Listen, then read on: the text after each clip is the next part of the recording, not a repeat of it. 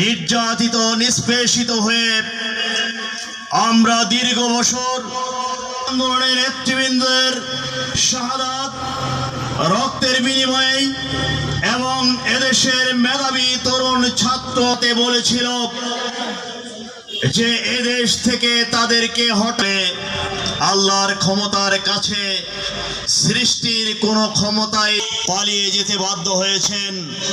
শুধু এই সময়ে এটা হয়নি, যুগেরও কিন্তু পতন হবে। সম্মানিত উপস্থিতি, আমরা এই মানুষদেরকে মুক্তি দেবে, এদেশের মানুষেরা মৌলিক অধিকার, কিন্তু 54 বছরে মানব রচিত মতবাদের মাধ্যমে এদেশের মানুষ নিষ্পেষিত হয়েছে। তাদেরকে শান্তির পথে ফিরিয়ে আনার জন্য চেষ্টা করেছিলেন, কিন্তু কোন আল্লাহর বিধান নাজিল হয়েছে।